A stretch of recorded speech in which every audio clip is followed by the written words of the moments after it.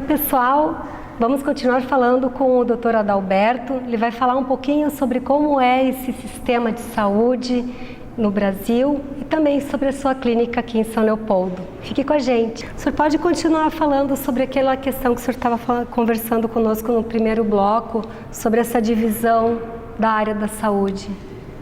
Bem, como eu estava comentando, pelo SUS, que 70% da população brasileira está debaixo do guarda-chuva do SUS.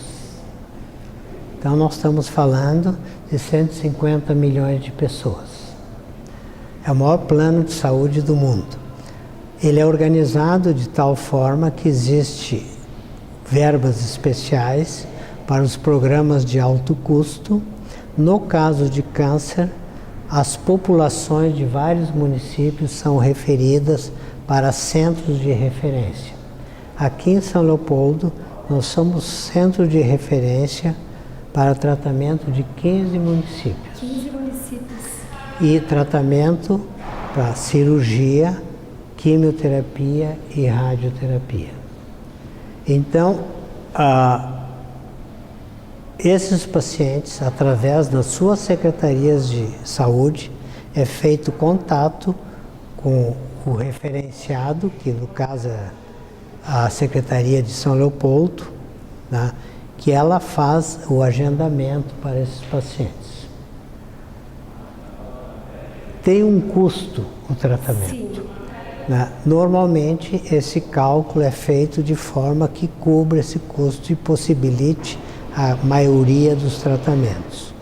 O que está ocorrendo é que com o desenvolvimento da medicina, novas drogas, novos tratamentos estão surgindo, muitos deles com custos absurdos. É isso que eu quis dizer.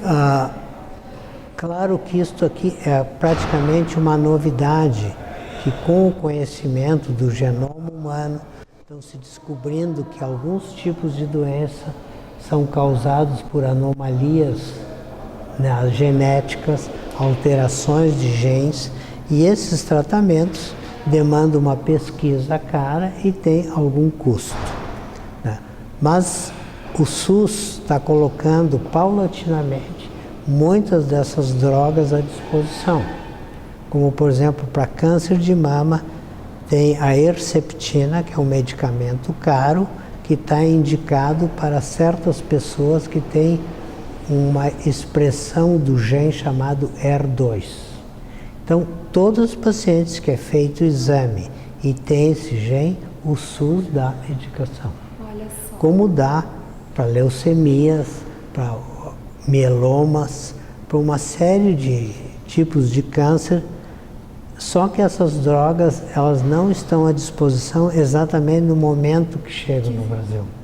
Leva algum tempo para que haja estudos do benefício dessa droga, porque quando nós pensamos em 150 milhões de pessoas, nós temos que pensar em beneficiar o maior número possível. Sim. Então, para isso existem políticas de saúde, nada é perfeito. Eu não conheço um país no mundo, mesmo os mais ricos, que sejam Copa Franca. Todos o governo tem controle. Certo. Por exemplo, o Canadá, que é um dos países muito rico, que a medicina é altamente socializada, não são todos os exames que existem. Dá um exame muito simples, a tomografia computadorizada, que é dia a dia. Por exemplo, no Canadá, só é autorizado uma tomografia computadorizada se o raio-x simples de tórax mostrou alguma alteração. A diferença é que o raio-x custa $10 e a tomografia 200. Sim. Então, tu pode resolver 80% a 90% dos casos com $10. Então, isso é o uso racional do dinheiro público. Falando um pouco da clínica aqui de São Leopoldo, que é um centro de referência, eu fiz uma pesquisa desde 2001, quando a sua clínica foi aberta, já foram atendidos 20 mil atendimentos.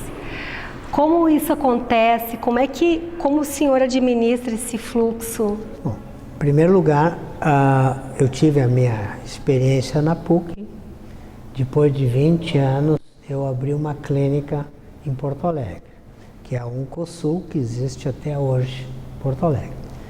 Em torno do ano 2000, nós pensamos em uma maneira de expandir fora de Porto Alegre e, por uma oportunidade que o Hospital Centenário estava terceirizando os serviços de alto custo, tinha terceirizado já a tomografia e a ressonância e a hemodiálise, nós procuramos o hospital e, através da Liga, que estava interessado em colocar um serviço de oncologia, foi feita uma licitação, eles nos cederam o terreno e nós construímos a Oncologia Centenário. Inicialmente só com quimioterapia e em 2006 construímos uma nova parte e começamos com radioterapia. Isso com recursos próprios, doutor? Tudo recursos nossos. Não. Nós somos uma empresa privada que tem um contrato de licitação com o hospital. Desde o início, nós planejamos esta clínica com o que tinha de mais sofisticado na época em questão de internet, de organização. E eu tinha uma experiência bastante grande, além de ter montado vários serviços, eu participei de várias sociedades, inclusive fui presidente da Sociedade Brasileira de Oncologia Clínica e depois de uma cooperativa chamada Onco Brasil. E com isso, então, eu tive uma ideia de como deveria ser uma clínica e a nossa proposta, desde o início, foi de tratar toda a região do Vale dos Sinos. E não só convênios, é tratar toda a população. Então, o prédio foi planejado, né, a capacitação do serviço para atender toda a população. E baseado no que nós chamamos assim, universalização do atendimento. Atender pacientes do SUS, de convênios privados, quer dizer, facilitar para a população do Vale dos Sinos tratamento na própria região. Tá?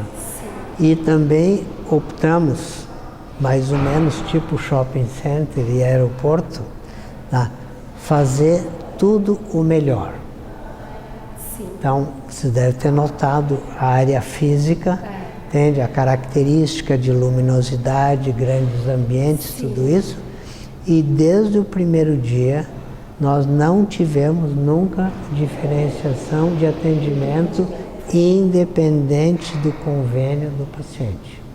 Vocês podem ver, na sala de espera tem pacientes do SUS, pacientes privados, todos atendidos com horário marcado. Tá? Então, isso foi assim a característica básica, a pedra angular do nosso atendimento, não ter diferenciação. E só 15 municípios da região, quando a gente sabe que tem mais possibilidades de atendimento por algum problema de deslocamento, a sua capacidade hoje ela é plenamente atingida? Em terapia nós poderíamos atender 200, 220 pacientes por dia.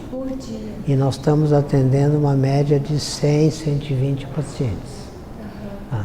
O que acontece é que, por exemplo, Novo Hamburgo, que tem no Hospital Regina também uma área para atendimento de câncer, mas só tem quimioterapia. Certo. Tá? Então, os municípios de referência para Novo Hamburgo, que eu acho que são Ivoti, Dois Irmãos, Campo Bom, eles quimioterapia encaminham para Novo Hamburgo, mas radioterapia eles encaminham para Porto Alegre. Tá? Isso poderia ser aqui uma decisão da Secretaria dos Municípios. Depende da estratégia. Isso é uma situação que, para quem conhece, um tratamento de radioterapia, vou dar um exemplo de câncer de mama, são feitos de 25 a 30 tratamentos, dias úteis. Cada tratamento leva no máximo 3 ou 4 minutos. Então a pessoa vem aqui com o horário marcado, leva mais tempo tirar a roupa do que fazer a aplicação, Sim. não sente absolutamente nada, tá? E em 3, 4 minutos ela está pronta, pode ir embora. No caso dela ir para Porto Alegre, tu imagina, ela sai, pega uma condução do município, vai para Porto Alegre, por exemplo, Santa Rita, fica esperando e vai voltar de tarde, provavelmente, ela perde o dia inteiro. Então, pega uma mãe aí com 40 anos, ela sai de casa, tem que deixar os filhos com a vizinha, passa o dia inteiro, se ela está trabalhando, ela perde aquele horário de trabalho. Então, é um sofrimento. A radioterapia, porque a quimioterapia eu posso até fazer em São Paulo, se é uma aplicação cada 3 semanas, eu quiser pegar um avião, ir lá e fazer e voltar, eu posso fazer. Mas a radioterapia é uma perda de tempo e um deslocamento desnecessário. Doutor, infelizmente o nosso tempo já está passou muito rápido. Uma última pergunta que eu teria, então, antes de nós encerrarmos, é a questão do Medical Valley, que São Leopoldo está na rota, está sendo olhado, contemplado com esse novo projeto de desenvolvimento. Como é que o senhor avalia isso? Olha, eu ouvi já na gestão passada do prefeito o início dessa discussão, que é copiar uma experiência que já existe na Alemanha, né? Eu acho que a região aqui é super bem dotada de condições para isso, né? Até me surpreende o número de multinacionais que tem em São Leopoldo, tá? A maioria das pessoas desconhece isso, né? Na própria Unicinos, o Centro de Tecnologia.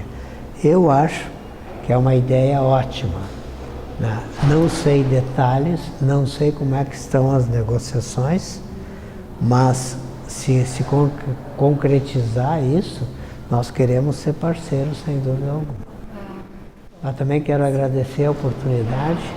Histórias eu teria centenas para contar para vocês, mas tu perguntou sobre os 20 mil pacientes. 20 mil pacientes hoje em dia corresponde a uma média de 150 novos pacientes por dia.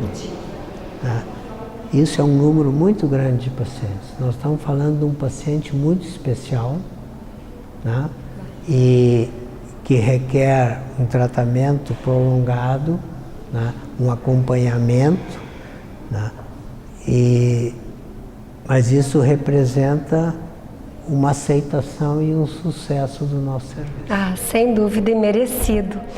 Doutor, muito obrigada por ter nos recebido, muito sucesso, e já vou lhe convidar para seguidamente nos visitar lá na Vale TV para falar mais sobre esse assunto que é tão caro e distinto para nós. Muito obrigada. Obrigada, pessoal. Continue com a gente.